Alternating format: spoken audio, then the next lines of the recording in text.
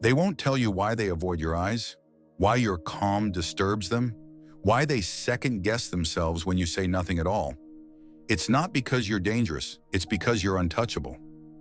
The power of mental silence. True strength isn't loud, it isn't theatrical, it's the silence that holds its ground while everyone else panics.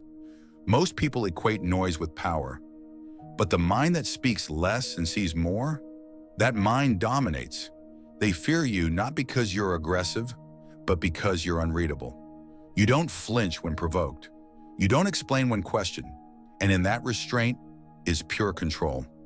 This world is built to break reactive minds. It rewards the emotional, then uses their emotions against them.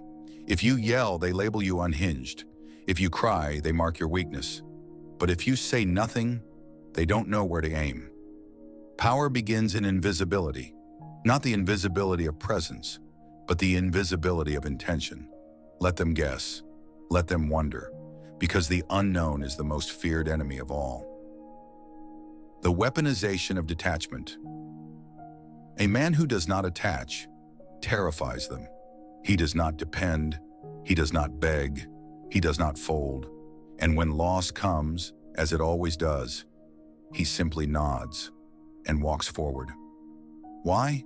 Because nothing owned him to begin with. Attachment is the first shackle. It's how they tether your identity to outcomes, to approval, to comfort. And once you need any of it, they own you. But when your mind becomes sovereign, when you can let go of love, status, validation, not out of numbness, but from mastery, they lose their leverage. They call it heartless. They call it robotic. But you know what it really is?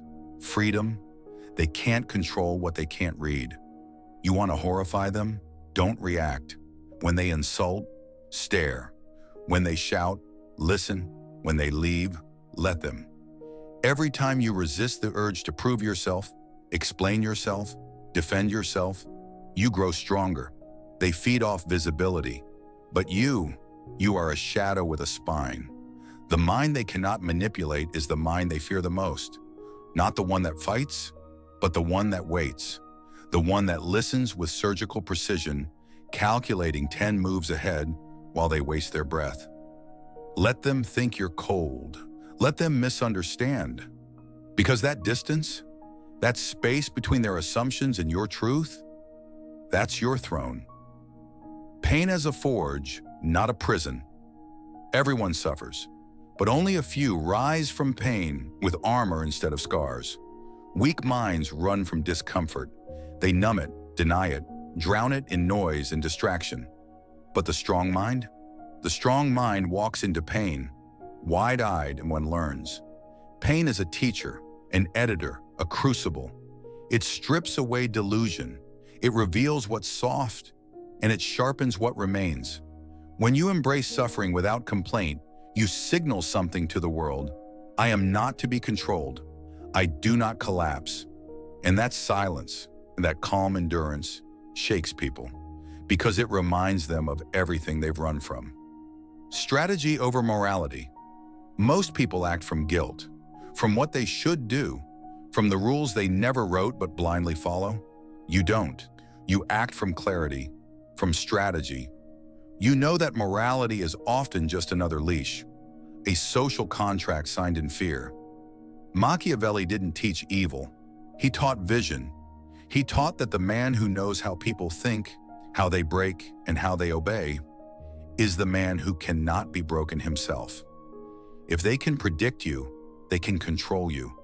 But if you're not driven by praise, shame, or belonging, you become impossible to script. You're not here to be understood.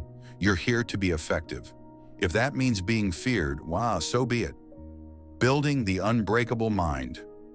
You train your mind like a blade, daily, ruthlessly, because you understand one truth. Every battle is won before it begins, in the mind. The world doesn't fear physical power. It fears psychological unpredictability. It fears the man who doesn't need to win an argument because he's already won the game. You do not ask for permission. You do not need agreement. Your discipline speaks louder than their doubts. The unbreakable mind is forged in silence, sharpened by solitude and unleashed only when the timing is lethal. The final form, detachment as dominance. They will try to define you, box you in with labels, call you dangerous, cold, antisocial, because they can't control what doesn't need them. And nothing terrifies people more than a man who is whole without the world. You don't seek validation. You don't panic when something ends. You don't worship belonging. They cling. You walk. That's the difference. Detachment isn't emptiness. It's clarity. It's the refusal to be owned. Most are slaves to hope, to love, to the fear of being alone. But the detached mind, it walks through the fire smiling, because nothing inside it is flammable. Let them gossip. Let them beg for your attention, your reaction, your emotion. You owe them none. Control through stillness. The battlefield isn't outside. It's psychological. And most people reveal themselves too fast. They over-explain, overreact, overshare. But you sit still. You study. And when you move, it's surgical. Stillness isn't passivity. It's pressure building in silence.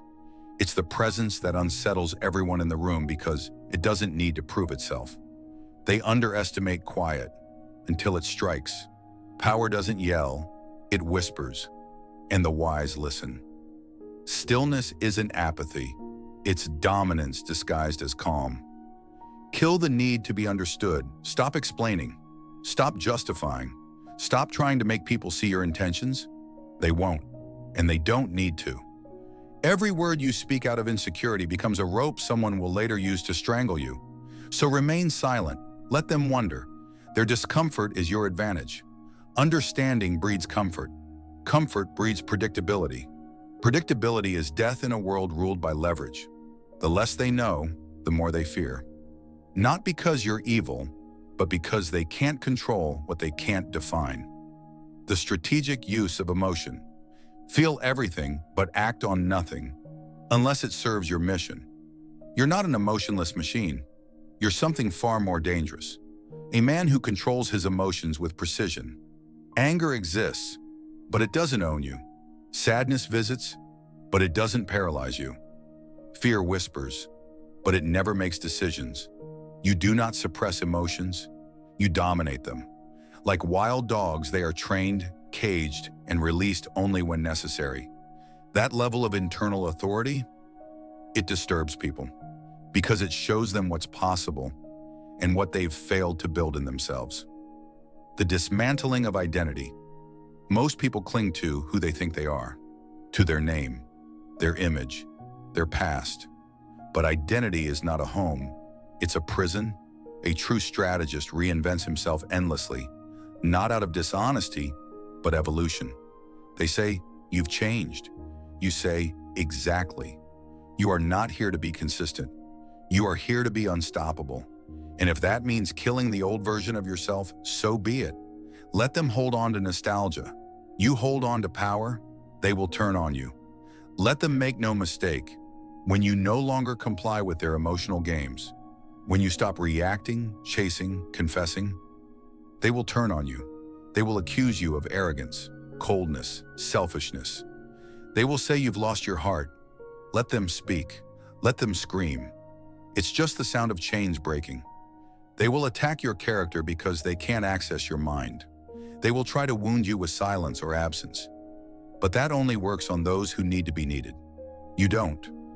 You walk alone not because you must, but because you can. And that unsettles them to the core. The final level, sovereignty. In the end, it isn't about dominance over others. It's about sovereignty over yourself. The ability to say, "I choose. I walk. I do not flinch." You care, but you do not obey. You love, but you do not kneel. You listen, but you do not absorb poison. You belong to nothing. No crowd, no doctrine, no tribe, no praise. Your compass is internal. Your code is private. Your mind, unbreakable. This is what horrifies them most. Not your strength, not your skill, but your silence. Your refusal to play their game. Because when nothing controls you, you become the one thing they can't manipulate. Free. Final reflection. Be feared not for your anger, but for your calm. Not for your muscles, but for your silence. Not for what you take, but for what you can walk away from. You're not the villain. You're not the hero. You're something far more dangerous. You are the law. If you've made it this far, you're not just scrolling, you're searching for something deeper. Thanks for trusting me with your mind. If this spoke to you, like the video, hit subscribe, and share it with someone who needs to reclaim their power. Until next time, stay sharp and think deeper.